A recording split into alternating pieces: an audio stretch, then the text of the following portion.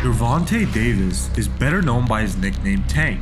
He got that nickname from a coach who thought that his head was too big for his body. Now that he has an undefeated 29-0 record, people probably think the nickname comes from how he rolls over his opponents and crushes them. What's his insane training routine? You don't end up with world championships in 3 different weight classes without some serious dedication to fitness.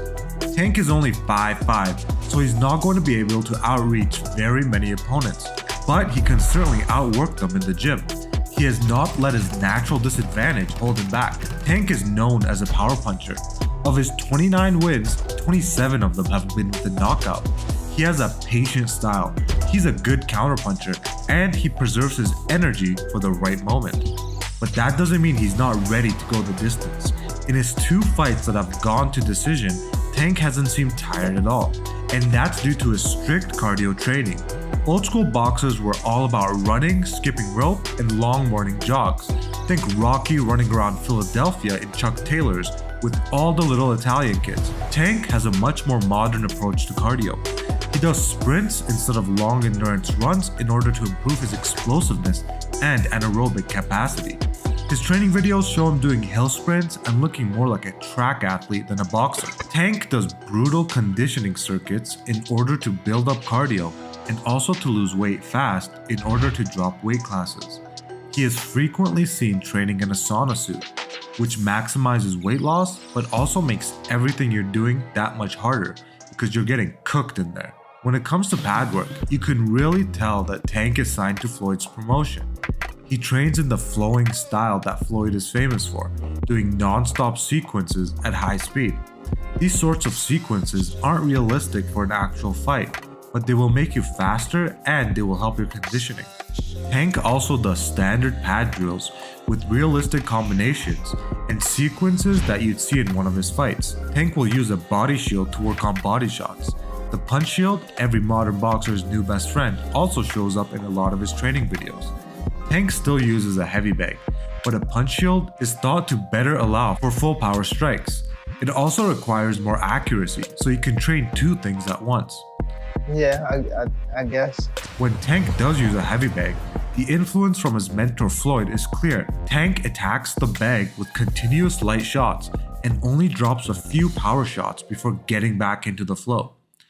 Strength and conditioning training are improving all the time with modern sports science, but sparring at high levels remains something that's very hard to do. Who exactly is Tank supposed to spar against to get ready for a match?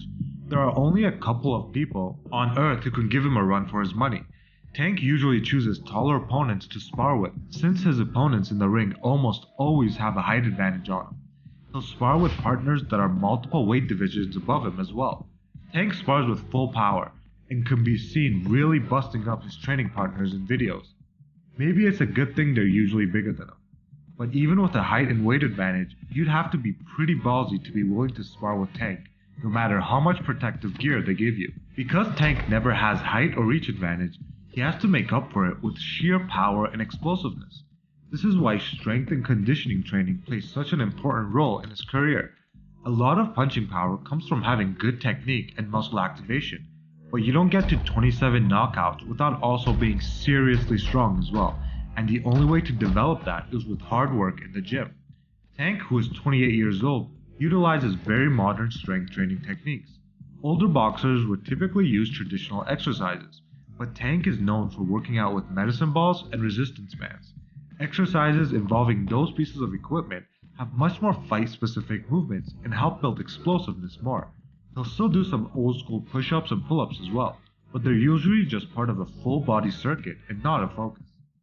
Different variations of medicine ball slams, throws, and twists are very beneficial for strikers, and Tank trains with them constantly. Resistance bands also add isometric tension to a lot of exercises and can help improve muscle endurance. Tank also does fundamental strength exercises like bench press, deadlifts, and squats. Tank talked about his diet in an interview with Muscle and Fitness. Favorite foods are turkey bacon, eggs, tuna, and salmon. This is pretty much what you would imagine an elite athlete would be eating. But this actually wasn't always the case for Tank.